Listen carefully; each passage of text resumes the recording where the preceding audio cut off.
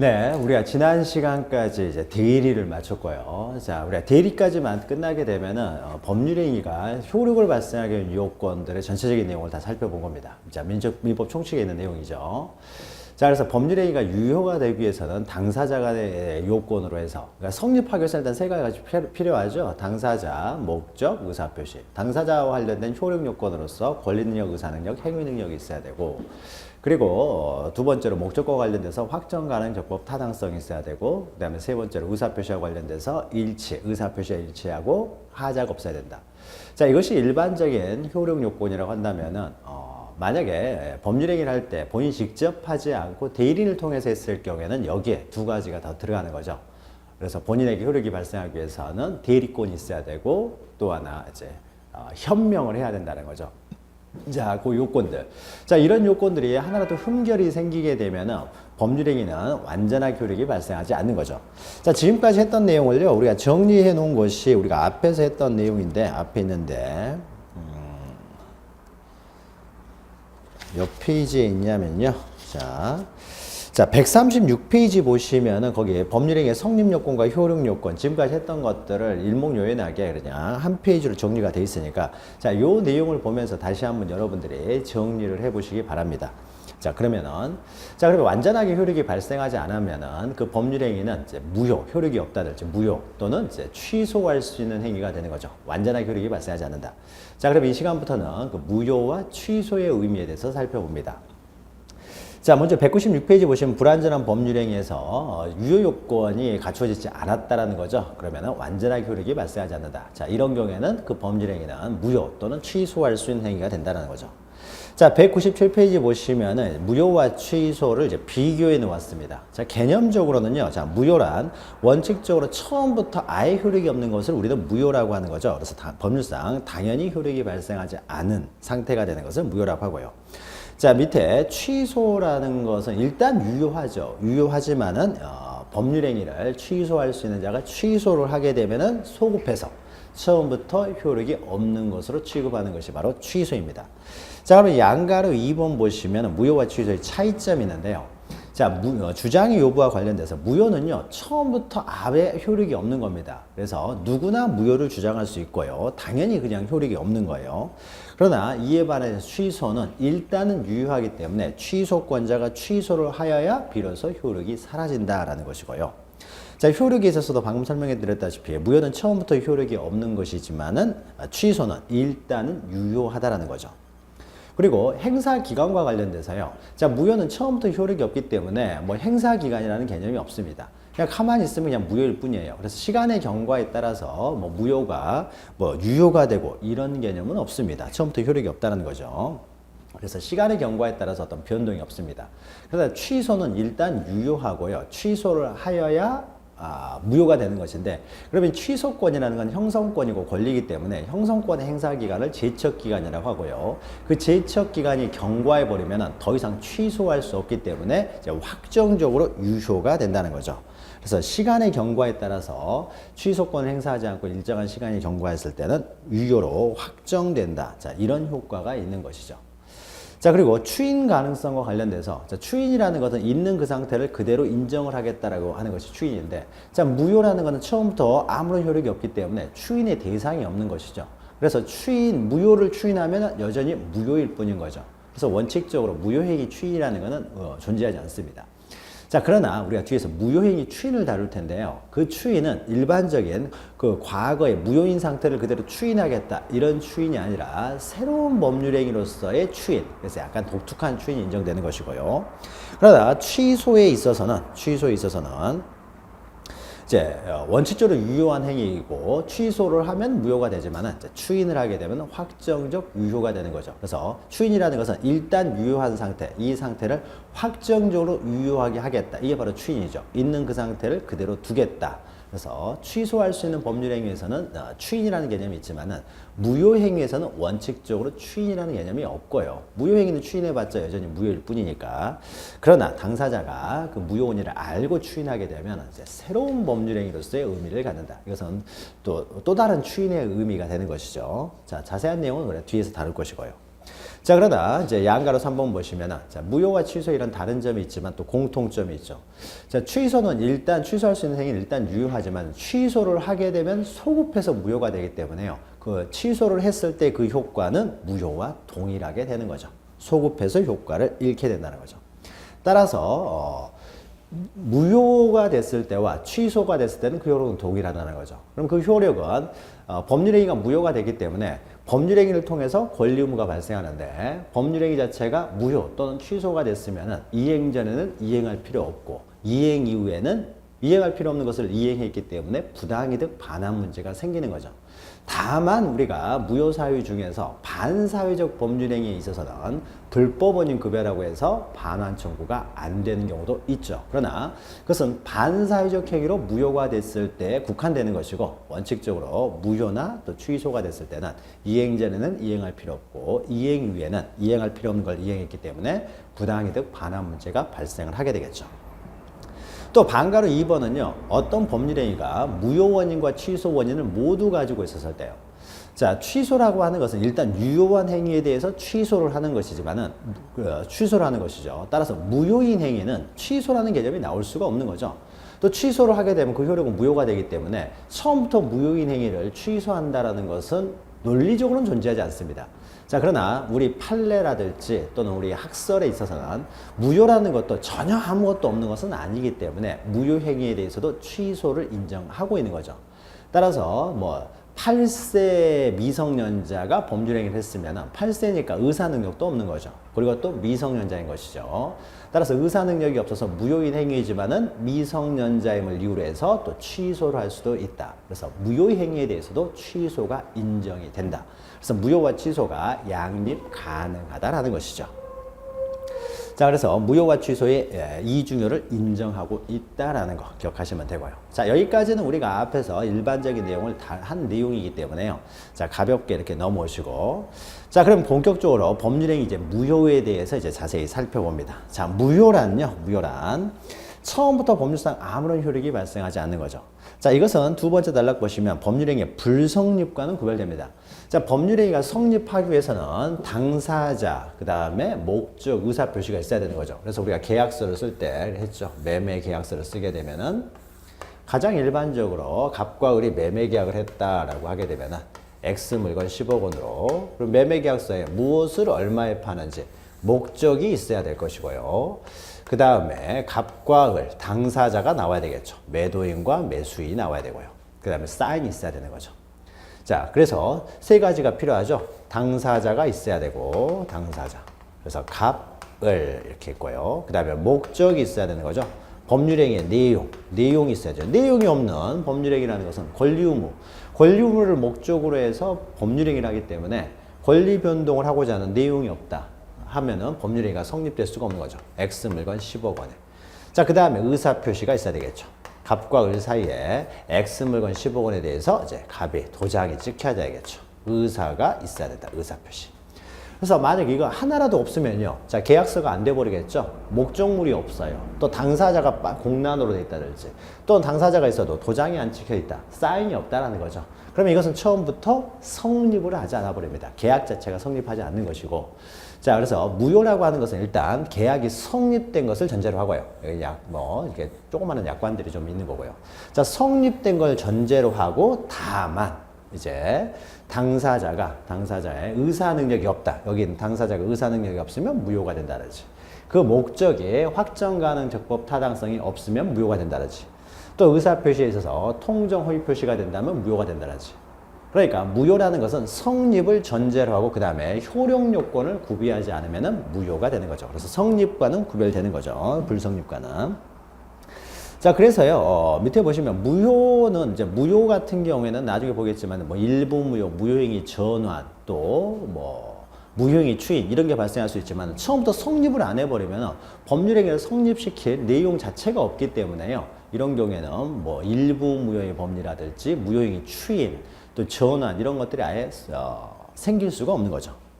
자, 그러면 양가로 2번 보시면요. 이제 우리가 지금까지 했던 무효 사유에는 어떤 것들이 있는지 보죠. 당사자와 관련돼서 무효 사유로는 뭐 있습니까? 자, 권리 능력이 없다라는 것은요. 갑이라는 을이라는 사람이 자연인이나 법인이 아니라는 거죠. 그러니까 갑이라고 돼 있지만 갑이 존재하지 않는 사람이에요. 존재하지 않는 사람이니까 권리 능력이 없으면 처음부터 성립이 안 해버리겠죠. 성립이 되지를 않은 거죠. 자, 그러면은 이제 그 다음 무효사유로서는 당사자에게 의사 능력이 없으면은 무효사유가 되는 거죠. 의사 능력이 없었을 때.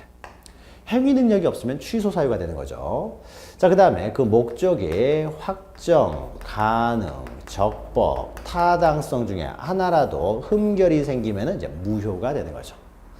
그리고 의사표시와 관련돼서 비진위 표시라든지, 비진위 표시는 원칙적으로 유효하지만은 상대방이 악의 과실이 있다든지 했을 경우에는 이제 무효가 되는 거죠. 그리고 통정 허위 표시가 무효로 되는 거죠. 허위 표시. 이렇게 되는 거죠. 자, 그리고 대리에 있어서 대리권이 없으면 무권 대리가 되는데, 이 무권 대리도 원칙적으로는 무효가 되죠. 그러나 유효가 될 수 있는 유동적인 상태가 있기 때문에요.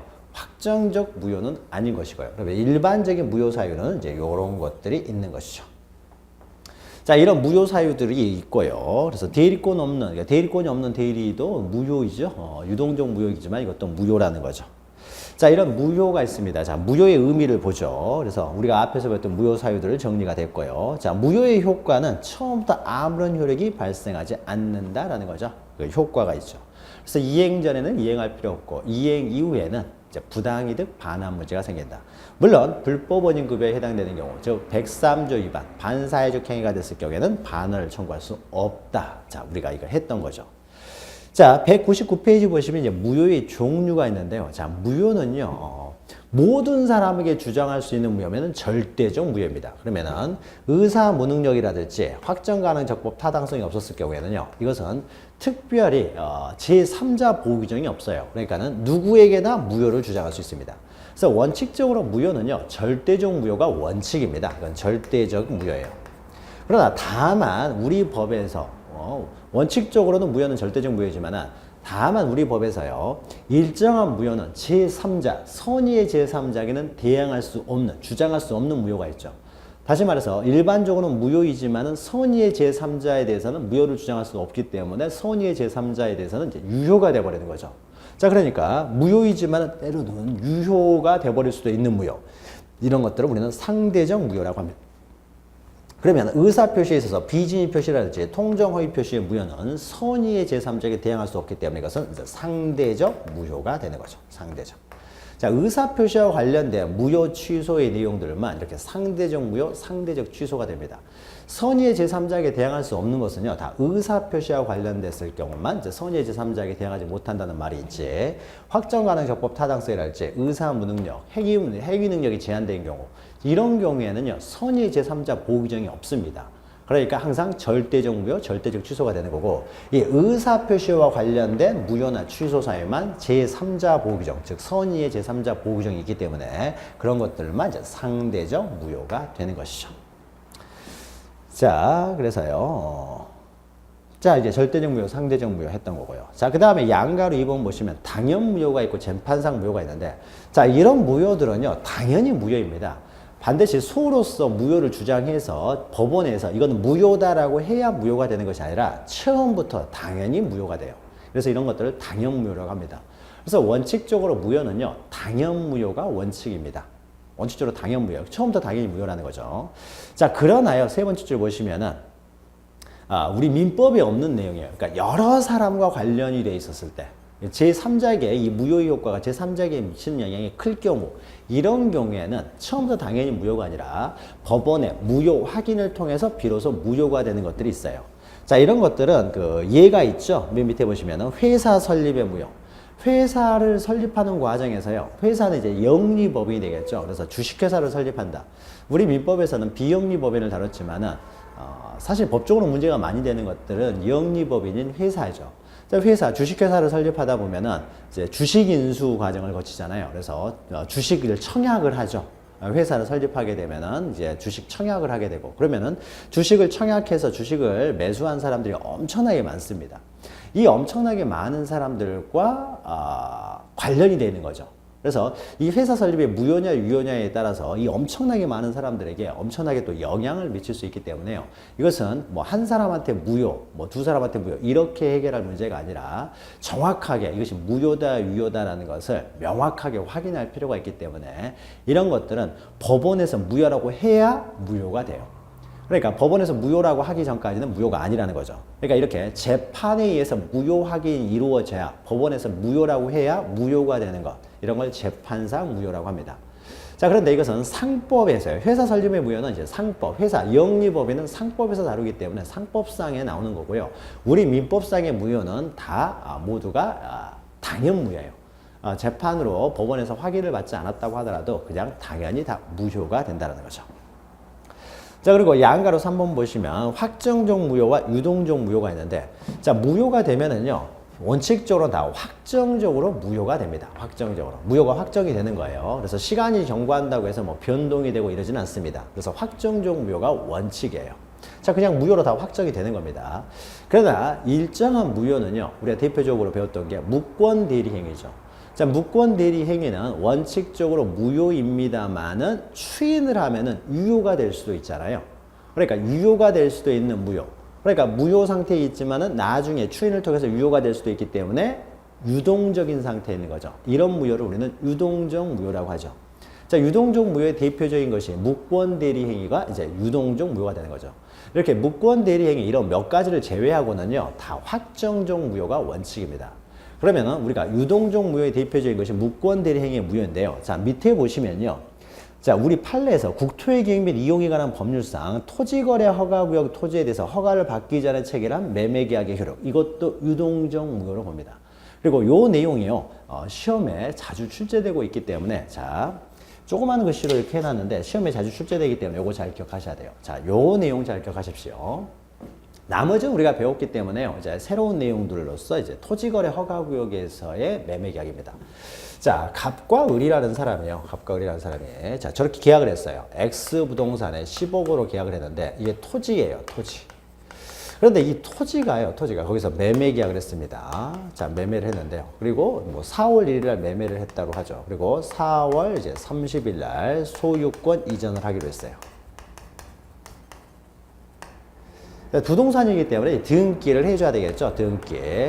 자, 그러면 이때 이제 잔금, 그러니까 대금을 지급하면서 이제 을은 매수인이면은 대금을 지급하고 갑이 매도인으로서 소유권을 이전해 주는 거죠. 이 사람이 이제 매수인, 갑이 매도인이라고 했을 때요. 자, 그런데 일반적인 토지 같은 경우는 매매하고 뭐 특별한 그 유효 요건에 흠결이 없으면은 확정적으로 유효가 돼요. 그래서 확정적으로 유효하고 그 다음에 권리 의무가 발생하겠죠. 권리 의무가 이제 채권이 발생하겠죠. 채권, 채무가 발생을 할 것이고요. 그래서 채무의 이행에 의해서 이제 소유권을 이전하면 되는 것이죠. 자, 그런데 이게 토지 거래인데요. 이 토지가 토지거래 허가구역의 토지였을 때요. 우리가 토지가 좁잖아요, 우리나라가. 그래서 토지 공개념에 의해서요, 토지는 여러 가지 규제들이 많이 들어갑니다. 독토는 좁고 인구는 많다 보니까 토지에 대한 여러 가지 제한이 들어가는데요. 이 제한의 대표적인 것 중에 하나가 이제 또 투기를 또 억제를 해야 되는 거죠. 그래서 땅 있는 사람 별로 없는데 이 사람들이 자꾸 투기해가지고 땅값이 올라가게 되면 일반 서민들이 살기가 힘들기 때문에 그래서 투기가 조장될 수 있는 구역 같은 경우에는 토지거래 허가구역으로 묶습니다. 그러니까 토지를 거래할 때, 매매가 거래죠. 이렇게 토지를 거래할 때는 관청의 허가를 받도록 하고 있어요. 자, 그래서 허가를 받아야만 그 거래 행위를 이제 유효하게 된다는 거죠. 그럼으로써 거래 행위를 좀 제한하는 거죠. 그래서 자유롭게 거래를 하다 보면은 거래가 많아지다 보면은 가격은 올라가겠죠. 그러면 투기 세력이 들어와 가지고 거래를 자꾸 뭐 실제로는 거래를 한 번밖에 안 했는데 투기 세력끼리 서로 뭐 거래하는 것처럼 꾸며 가지고요. 가격이 올라가는. 그래서 거품이 생기는 걸 막기 위해서, 즉 투기 이루어지는 걸 막기 위해서요. 일정한 토지에 있어서 그러니까 보통 이제 수도권이라든지 투기가 조장될 우려가 있는 부분, 그런 부분은요, 토지거래 허가구역으로 묶습니다. 그래서 이러한 토지거래를 할 때는 관청에 반드시 허가를 받도록 하고 있어요. 허가. 자, 그러면은 관청의 허가를 받도록 하는데 이 법은 민법에 있는 것이 아니라 이제 공법에 있어요. 그래서 국토의 계획 및 이용에 관한 법률이 있습니다. 국토를 효율적으로 이용하기 위한 국토의 계획 및 이용에 관한 법률에서 토지거래 허가제를 규율하고 있어요. 자, 그러면 이때 국토의 계획 및 이용에 관한 법률은요. 이 법률은 강행 규정이겠습니까? 임의 규정이겠습니까? 공익과 관련된 거잖아요. 투기를 억제하고 하는 거. 그러니까 강행 규정이 되는 거죠. 또 나아가 강행 규정이면서 나아가 우리 판례는요. 이것을 효력 규정으로 보고 있어요. 토지거래 허가를. 그래서 만약에 토지거래 허가가 없으면은 그 계약 거래, 그러니까 토지거래 허가라는 거죠. 토지 거래를 할 때 허가를 받도록 하고 있다라고 해서 이 거래에 대해서 허가가 없으면 이 거래 자체가 무효가 돼 버린다고 합니다. 그러니까 효력 규정으로 보고 있다는 거죠. 자, 그래서 거래를 할 때 허가가 없이 이루어지면은, 그래서 허가가 없이 만약에 매매 계약이 이루어지면은 이 매매는 어떻게 됩니까? 무효가 되는 거죠. 무효가. 효력 규정 위반이기 때문에 무효가 됩니다. 자, 그런데요, 이 허가라는 것이 관청에 허가 신청을 했을 때, 갑과 을이 허가 신청을 해서 뭐 특별한 부동산 투기 세력이 아니다 그러면 허가를 해줍니다. 근데 허가가 언제 나올 줄을 모르잖아요. 그래서 원칙적으로는 허가를 받아서 매매 계약을 체결해야 되는데 허가가 곧 나오고 갔거든요. 그러니까는 먼저 매매 계약을 체결했어요. 매매 계약. 그래서 매매 계약에 대해서 매매 계약을 하기 전에 먼저 허가를 받고 매매를 했는데 허가가 나오기 전에 매매를 했어요. 그 매매는 어떻습니까? 허가 없이 했기 때문에 무효가 되겠죠, 당연히. 자, 그런데 나중에라도 허가가 나면은요, 요 사이에 허가가 날 수가 있는 거죠. 자, 허가가 나면은 이것은 이제 허가가 났기 때문에 이것은 그러면 다시 또 매매 계약을 할 필요는 없고요. 다시 매매 계약을 할 필요 없고 이 매매 계약에서 이 사람이 이제 매매 거래에 대해서 허가가 났기 때문에 이 매매 계약이 소급적으로 유효가 된다고 합니다. 허가가 나게 되면 이제 소급적으로 확정적으로 이제 유효가 된다고 봐요. 허가가 났으니까요. 이제 확정적으로 유효가 된다. 허가가 없었으니까 무효가 된 것이니까. 그러나 만약에 결국 불허가가 떨어져 버릴 수도 있어요. 투기 세력에 대해서 불허가가 떨어져 버릴 수 있습니다. 자, 불허가가 떨어지면은 원래 무효였던 것이 이제 확정적으로 무효가 되는 거죠.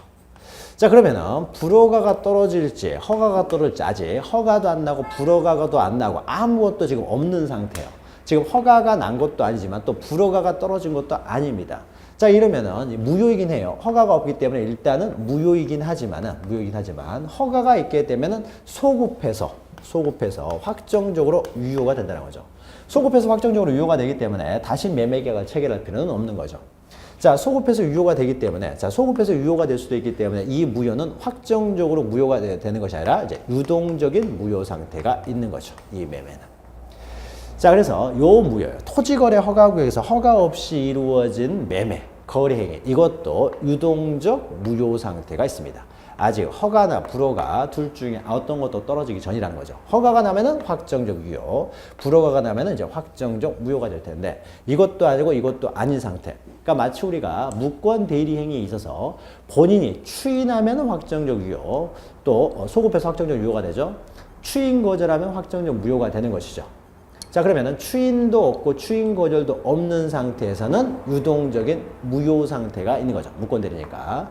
자, 그래서 토지거래 허가구역에서의 허가 없이 이루어진 매매도 우리 판례는 유동적 무효 상태라고 봅니다. 자, 그랬을 때 유동적 무효 상태에 있어서의 이제 법률 관계예요. 자, 요것을 여러분들이 기억을 하셔야 됩니다. 자, 유동적 무효 상태에서 법률 관계와 관련돼서는요. 자, 유동적이지만 무효입니다. 그러니까 유동적이지만 무효이기 때문에 두 사람 사이에 채권 채무, 그러니까 X 물건 10억 원에 계약을 했죠. 그래서 X 물건 10억 원에 대해서 이게 계약의 내용이 되겠죠. 그래서 어떻습니까? 주된 급부가 되겠죠. 주된 급부와 관련돼서 주된 급부. X 물건 10억 원이 주된 급부가 되니까요. 자, 이런 주된 급부와 관련돼서는 지금 허가도 없고 불허가도 없는 상태입니다. 유동적 무효 상태에서는 채권 채무가 발생할 수가 없게 되겠죠. 일단 무효니까. 우리가 무권 대리행위 생각하시면 돼요. 추인도 없고 추인 거절도 없는 상태에서는 일단 권리가 발생할 수가 없는 거죠. 권리나 의무가 발생하지 않습니다.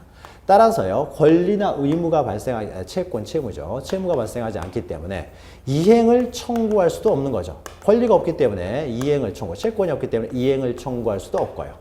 또 나아가서 이행 의무도 없는 거죠. 이행 의무도 없어요. 자, 이행 의무가 없다라는 것은 채무 자체가 없다라는 거죠. 채무 자체가 없기 때문에 어떻습니까? 채무 불이행이라는 문제도 발생하지 않겠죠. 채무를 불이행한다. 채무 자체가 없는데 불이행이라는 개념도 나올 수가 없는 거죠. 자, 그러면은 채무가 불이행이 되면은요, 어떤 효과가 있냐면요, 우리가 민법 총칙에서는 다루지 않지만 채무를 불이행하게 되면은 나는 이행을 했는데 상대방이 이행하지 않으면은 이거 계약을 해제할 수가 있어요. 또 해제함과 동시에 내가 손해가 발생했을 때는 상대방에게 손해배상도 청구할 수가 있습니다. 채무 불이행, 급부 불이행에 대해서. 그래서 해제와 손해배상을 청구할 수 있는데 이것이 바로 채무 불이행의 효과거든요. 그런데 채무 불이행이 존재하지 않기 때문에 채무 불이행의 효과인 해제나 손해배상 문제도 발생할 수가 없는 거죠. 그렇죠? 채권이 발생하니까 이행 청구도 할 수 없고, 채무가 발생하지 않으니까 이행 의무도 없고, 따라서 이행 의무가 없기 때문에 채무 불이행 문제도 발생하지 않고, 채무 불이행에 대한 효과도 발생하지 않는다라는 거죠. 자, 그래서 급부에 대해서는 어떠한 권리 의무도 발생하지 않습니다. 자, 그러나 두 사람 사이에서는 자, 허가를 받아야 되잖아요. 허가를. 그래서 허가를 받기 위해서는 두 사람이 서로 협조를 해야 되거든요. 허가받아. 자, X물건 10억 원이 이제 주된 급부 의무가 될 것이고, 자, 이 X물건 10억 원에 대한 권리 의무가 발생하기 위해서는 일단 허가가 받아야 되는데, 허가를 받도록 서로 노력은 할 필요가 있는 거죠. 노력은 해야 될 거 아니에요? 그래서 허가를 받기 위해서, 그래서 관청에 같이 가가지고 심사를 받아야 되겠죠.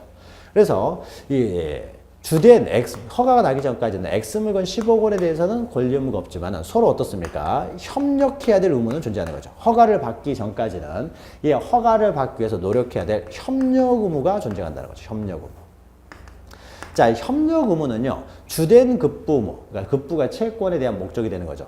X물건 10억 원에 대한 급부를 실현하기 위해서는 협력을 해야만이 협력에 따라서 허가를 받아서 급부 의무가 실현될 수 있기 때문에 이런 협력 의무는요, 부수적 의무가 되겠죠. 당사자 사이에.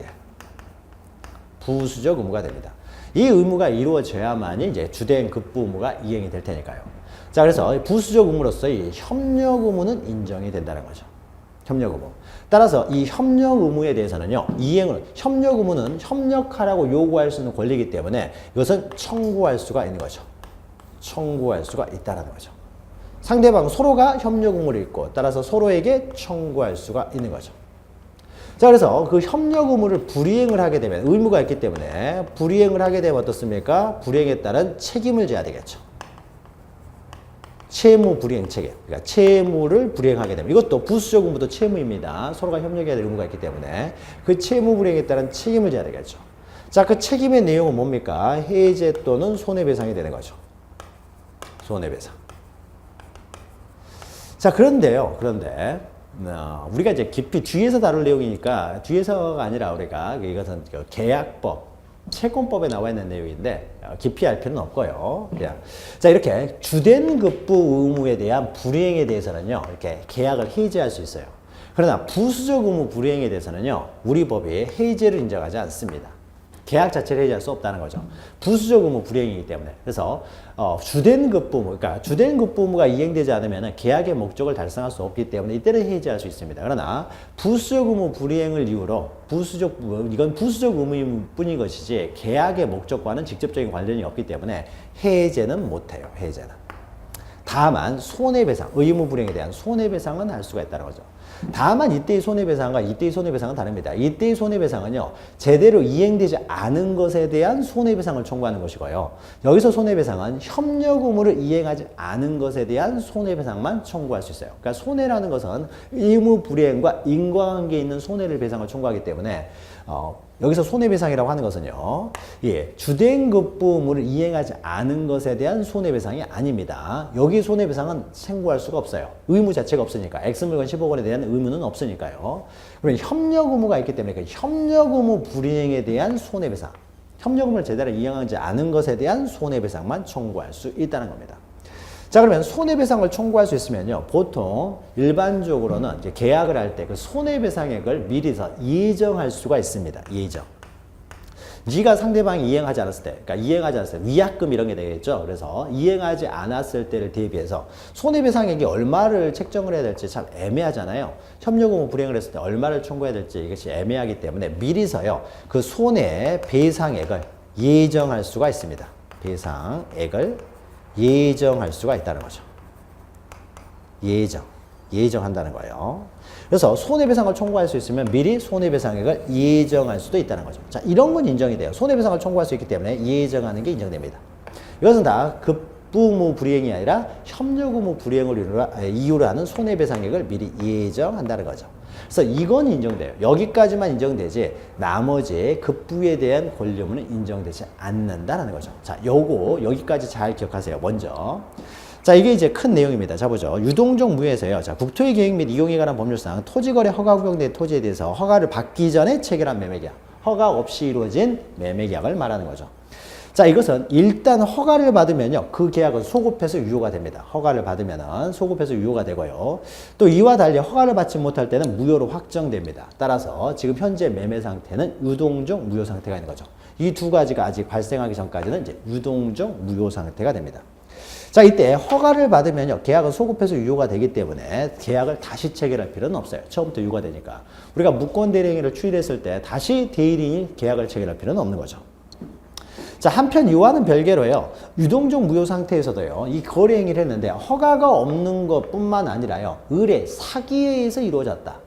그러면은 허가와 상관없이 어떻습니까? 매매 계약을 취소할 수가 있어요. 자, 무효인 행위도 취소할 수가 있다라고 했죠. 그래서 유동적 무효 상태가 있다라고 하더라도요. 일단 사기에 의해서 이루어졌으면 취소해 버릴 수가 있고요. 이것이 통정 허위 표시에서 이루어졌다. 그러면 처음부터 이것은 그냥 무효가 되는 거죠. 그러니까 이것을 다 갖춘 것을 전제로 하고요. 그 효력 요건을 다 갖춘 것, 일반적인 효력 요건을 다 갖춘 걸 전제로 하고 하나가 빠져 있는데 그것이 허가가 빠져 있다. 특별한 요건은 허가 요건이 빠져 있는 거죠. 자, 이런 경우의 문제고 처음부터 허가도 없지만은 당사자 목적 의사 표시와 관련돼서 내용이 흠결이 있으면요. 당연히 그 법리에 따라서 이것은 취소 또는 무효가 된다는 거죠. 따라서 유동적 무효 상태에 있는 거래 계약에 있어서도 비진입 표시, 통정 허위 표시 등을 이유로 하는 무효 주장이나 착오, 사기, 강박 등을 이유로 하는 취소 행사는 얼마든지 가능합니다. 흠결이 있어버리면 이것 이외에 또 다른 흠결이 있기 때문에 다른 흠결을 주장할 수 있다는 거죠. 자, 이 보시면 유동적 무효 상태의 법률 관계에서요. 급부 의무의 존부 해가지고 급부 의무는 바로 이런 거예요. 주된 급부요. 급부. X물건 10억 원의 계약했으면 여기입니다. 옆에다 X 건물 10억 원 이렇게 X 토지죠. 토지 10억 원 이렇게 하시면 되겠죠. 자, 허가받을 것을 전제로 한 유동적 무효 상태에서의 거래계약은 허가를 받기 전의 상태에서는요. 거래계약은 채권적 효력도 전혀 발생하지 않는다는 거죠. 이것은 무효이기 때문에요. 유동적이지만 무효이기 때문에 채권 채무가 발생하지 않는다라는 거죠. 따라서 권리의 이전 설정에 대한 어떠한 내용의 청구, 이행 청구할 수가 없다는 거죠. 이행 의무도 없다는 거죠. 따라서 그러한 거래계약의 당사자로서는 허가를 받기 전의 상태에서는 상대방의 거래계약상의 채무 불이행을 이유로 거래계약을 해지한다든지 손해배상을 청구할 수도 없다. 이행 청구, 이행 의무가 없기 때문에 채무 불이행의 효과도 발생하지 않는다. 해제나 손해배상 이런 것들도 주장할 수 없게 됩니다. 자, 그러나 양가를 2번 보시면 협력 의무는 인정이 된다는 거죠. 협력 의무. 그래서 유동적 무효 상태의 계약 당사자는 그 계약의 효력이 있는 것으로 완성될 수 있도록 서로 협력할 의무. 그러니까 허가를 신청해야 될 의무죠. 허가를 받아야 확정적으로 효력이 발생하기 때문에 허가 신청 의무, 이런 협력 의무는 있다는 거죠. 따라서 이러한 의무에 위배되어 허가 신청 절차에 협력하지 않은 당사자에 대해서는 상대방은 협력 의무 불이행을 이유로 소송으로서 이거를 구할 수도 있어요. 협력을 하도록 청구할 수 있는 이런 법률상 권리이기 때문에 권리를 협력 의무의 이행을 소로서 구할 수도 있고요. 소송으로서 구할 수도 있고 더 나아가서요. 이제 소송으로 구할 이익이 있다는 거죠. 그리고 밑에 보시면 협력 의무를 이행하지 아니하고 당사자 일방이 매매 계약을 일방적으로 철회함으로써 상대방에게 손해를 입은 경우, 그러니까 협력 의무를 이행하지 않았다는 거죠. 손해를 입었을 경우에는 그 불이행의 책임으로서 손해배상을 청구할 수도 있다는 거죠. 그리고 나아가서 계약 당사자는 이런 손해배상액을 미리 약정하는 것도 가능하다. 손해배상액을 미리 약정. 손해배상을 청구할 수 있으니까 약정도 가능하고요. 다만 밑에 있죠. 협력 의무는요. 급부 의무에 따른 부수적 채무, 부수적 의무에 불과하기 때문에 계약의 본질적인 내용은 아니라는 거죠. 따라서 협력 의무 불이행을 이유로 계약 자체를 해지할 수는 못해요. 계약 자체를. 해제는 못한다라는 것이죠. 해제는 못한다. 자, 그러면은 어떻습니까? 자, 해제는 어떻습니까? 급부 의무 불이행을 이유로 해제가 안 되고요. 그 다음에 부수적 의무 불이행으로도 해제는 안 됩니다. 자, 그러면 허가 나기만은 언제까지 기다리고 있어야 되느냐? 그러면 기다리고 있으면 언제까지 기다리고 있어야 되느냐? 그러면 계약 자체로부터 이제 벗어날 방법은 전혀 없느냐와 관련돼서 만약에 이 사람들이 계약을 하면서 매매 계약을 하면서 계약금을 줬을 수가 있습니다. 이제 계약금은요, 해약금으로 추정을 해요. 해약금. 해약금이라는 것은 이런 거죠. 우리가 계약금 우리가 알고 있죠. 자, 을과 갑 사이에 10억 원 계약을 하게 되면 계약금으로 1억을 주고받았어요. 자, 1억을 주고받았을 때는 을은 어떻습니까? 매수인은 자, 시가가 점점 떨어지고 있어요. 뭐 8억, 7억 떨어지고 있으면 을은 어떻습니까? 그 계약금 포기하고 계약을 해지해 버릴 수가 있죠. 물론 또 반대로 시가가 계속 올라갑니다. 12억, 13억. 그러면 갑이 어떻습니까? 그 현재 시가로 14억까지 갔는데 10억에 파는 것은 너무 억울하죠. 이럴 때는 계약금 받은 계약금 1억 원에 이제 1억 원을 더 얹어서 두 배를 상환하고 계약을 해지할 수가 있어요. 이렇게 계약금을 주고받았을 때는 계약금을 포기하고 매수인은 또 지급한 사람은 포기하고 또 계약금을 받은 쪽에서는 그 두 배를 상환하고 계약을 해지할 수가 있다는 거죠. 자, 이렇게 계약을 해지할 수 있는 이런 해제권을 이렇게 보유하는 걸로 봅니다. 계약금은. 자, 그러면 당사자가 계약금을 1억 원을 걸었을 때는요. 자, 그러면은 이것은 채무 불이행과 전혀 상관없어요. 채무 불이행을 하지 않겠죠. 가격이 계속 떨어지고 있어요. 그러면은 갑은 10억에 팔았으니까 갑이 채무 불이행을 할 이유는 없겠죠. 상대방의 채무 불이행이 없다고 하더라도 을은 1억 원을 포기하고 얼마든지 계약을 해지할 수 있다는 거죠. 그래서 계약금에 의해서요, 계약을 해지할 수가 있는데 이 해제는요, 해제는 채무 불이행이 없다라고 하더라도 불이행을 불문하고 해지해 버릴 수가 있습니다. 그러니까 채무 불이행을 요건으로 하지 않는다는 거죠. 자, 그러니까 이 해제요. 계약금에 의한 해제. 이것은 가능합니다. 계약금을 포기하고 해제하는 것은 상관이 없다는 거죠. 그래서 해제는 급부모 불이행을 이유로도 해제를 못하고요. 부수적 의무 불이행을 이유로도 해제는 못하지만은 계약금을 포기하고 해제하는 거. 이건 가능합니다. 이건 별도의 약정이에요. 자, 그래서 계약금 약정에서요. 특별한 사정이 없는 한 토지거래 허가를 받지 않아 유동적 무효 상태에 있는 매매계약에서도요. 계약금, 그러니까 매도인은 계약금을 배액을 상환하고 계약을 해지할 수는 있다는 거죠. 이렇게 계약금에 의한 해제는 가능합니다. 계약금에 의한 해제. 그래서 계약금에 의한 해제. 그래서 매수인은 포기하고 매도인은 두 배를 상환하고 포기할 수가 있는 거죠. 계약금에 의한 해제는 가능합니다. 자, 그러면요. 자, 을이라는 사람이요. 이게 뭐 시가가 이렇게 뭐 떨어지지도 않습니다. 그래서 계약금 1억을 포기하지도 않아요. 자, 계약금 1억도 포기하지 않고, 포기하면서 해제도 하지 않고, 이게 해제를 할 수도 없기 때문에 계속 어떻습니까? 이 부동적 무효 상태에 이렇게 얽매여 있는 거죠. 자, 이때 유동적 무효이기 때문에 이것도 무효이니까 그러면 이 사람의 계약금 1억 줬던 것을 부당이득 반환 청구를 할 수 있느냐? 부당이득. 자, 무효가 됐을 때는 이행제는 이행할 필요 없고 이행한 것들은 이제 부당이득 반환 청구를 할 수 있다고 했죠. 그래서 우리 갑한테 계약금 1억 원을 줬을 경우에는 그 계약금 1억 원에 대해서 이게 무효이기 때문에 부당이득으로 반환을 청구할 수 있냐. 자, 이것과 관련돼서는요, 유동적 무효잖아요. 확정적으로 무효가 됐을 때는 이행제는 이행할 필요가 없고 이행한 것에 반환 청구를 할 수 있지만은 유동적 무효이기 때문에 나중에 허가가 떨어져 버릴 수도 있습니다. 자, 허가가 떨어져 버릴 수도 있기 때문에요. 을이 지금 현재 유동적 무효 상태에서는 계약금을 부당이득으로 반환을 청구할 수는 없어요. 부당이득으로. 그래서 밑에 보시면 다만 계약의 유동적 무효 상태에 있는 한 계약금을 부당이득 반환 청구를 할 수는 없다는 거죠. 이행제는 이행할 필요 없고 이행 후에는 부당이득 반환을 청구할 수 있지만은 그 계약금을 지금 유동적 무효 상태에서는 부당이득 반환을 청구하지는 못한다는 거죠. 계약금에 의한 해제는 가능하지만 계약금에 의한 유동적 무효 상태에서는 부당이득 반환은 안 된다. 자, 그럼 마지막으로 3번 보시면요. 자, 그러면은 이제 유동적 무효 상태가 언젠가는 허가가 떨어지든지 불허가가 떨어지겠죠. 그래서 허가가 떨어지면 확정적 유효이기 때문에 이제 이전하면 되겠죠. 여기서는 계약금 1억 줬으면 잔금 9억을 지급하면 되겠죠. 그러면 이제 확정적으로 유효가 되는 것이고요. 불허가가 떨어져 버리면 어떻습니까? 이제 확정적 무효가 됐기 때문에 이제 이행제는 이행할 필요 없고 이행했던 것들, 계약금 준 거 있으면 반환을 청구할 수가 있게 되는 거죠. 확정적 무효가 됐으니까. 다만 확정적 유효가 되고 확정적 무효가 되는 것은요. 허가나 불허가에 의해서만 확정적 유효, 확정적 무효가 되는 것은 아니고 다른 사유에 있어도 확정적 유효 또는 확정적 무효가 될 수도 있어요. 먼저 양가로 2번을 보죠. 확정적 유효로의 전환이 있는데요. 확정적 유효는 허가가 떨어지면 확정적 유효가 되지만 이럴 수도 있습니다. 자, 밑에 보죠. 자, 무동적 무효 상태 계약에 대해서 허가 처분이 있으면 당연히 확정적 유효가 되지만 허가 처분이 없다고 하더라도요. 토지거래 허가구역으로 지정된 토지에 관하여 관할구역 지정을 해지해 버렸습니다. 자,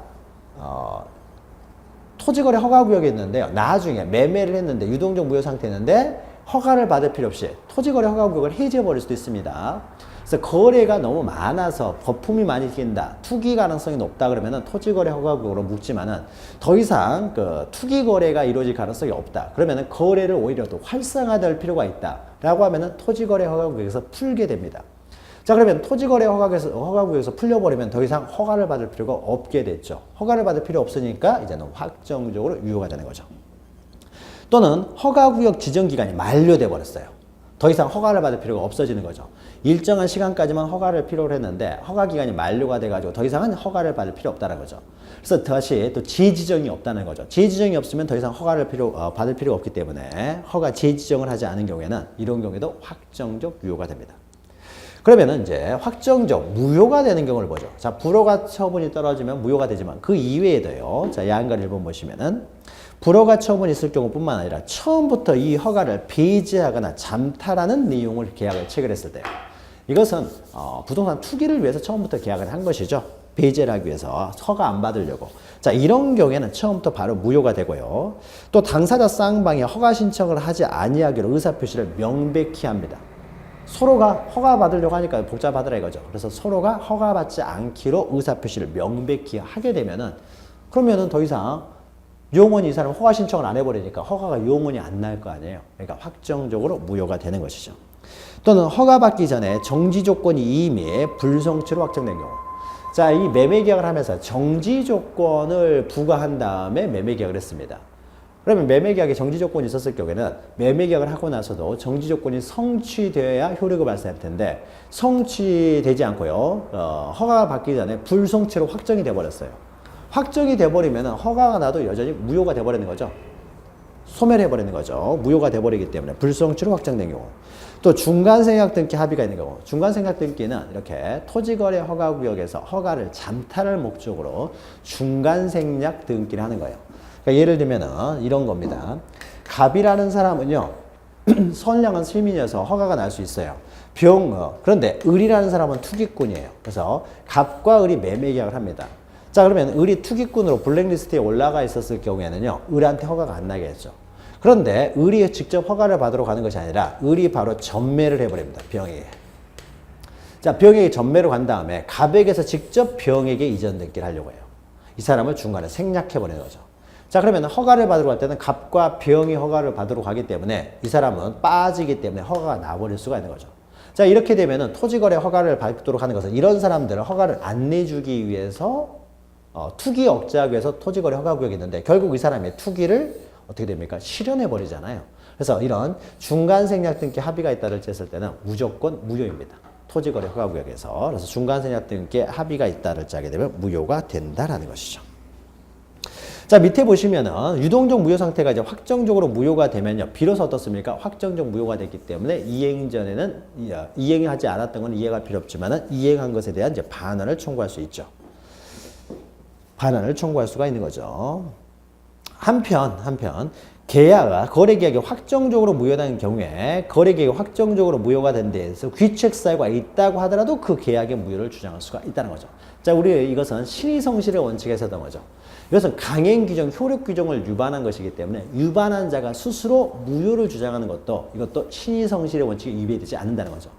신의성실의 원칙에 위배돼서 무효를 주장할 수 없게 돼버리면은 결국 강행 규정을 위반하는 행위가 유효가 돼버릴 수밖에 없는 거죠. 그래서 우리가 신의성실의 원칙에서 강행 규정을 위반한 사람은 스스로 위반한 자가 스스로 무효를 주장하는 것도 이것은 신의성실의 원칙이 적용되지 않는다 해가지고 신의성실의 원칙에서 했던 거죠. 거기에 대표적인 내용이 이겁니다. 토지거래 허가구역은 강행 규정, 효력 규정으로서 무효이기 때문에 무효를 그러니까 위반한 계약을 위반해서 이 법을 위반해서 계약을 한 자가 스스로 무효를 주장한다고 하더라도 이것은 신의성실의 원칙에 위배되지 않는다. 따라서 귀책 사유가 있는 자도 얼마든지 무효를 주장할 수는 있습니다. 자, 이거는 신의성실에서 했던 것이죠. 자, 그 내용 잘 기억하시고요. 그 내용. 자, 유효로 확정됐을 때 오른쪽 내용이 있는데 이것은 뭐 당연한 거죠. 확정되면은 이제 채권 채무가 발생이기 때문에 이행 청구할 수 있고 이행 의무가 있다. 자, 국토의 계획 및 이용에 관한 법률에 있어서 법률에서 규정하고 있는 토지거래 허가구역에서 이루어진 거래 행위. 그 효과가 유동적 무효고 유동적 무효 상태에 있었을 때 법률 관계 이거 잘 정리하시기 바랍니다. 자, 그러면은 무효의 일반적인 내용을 보았고요. 잠시 쉬었다가요. 이제 무효와 관련돼서 이렇게 약간 좀 독특한 점들이 있는데 그것은 우리 잠시 쉬었다가 이어가도록 하겠습니다. 잠시 후에 뵙겠습니다.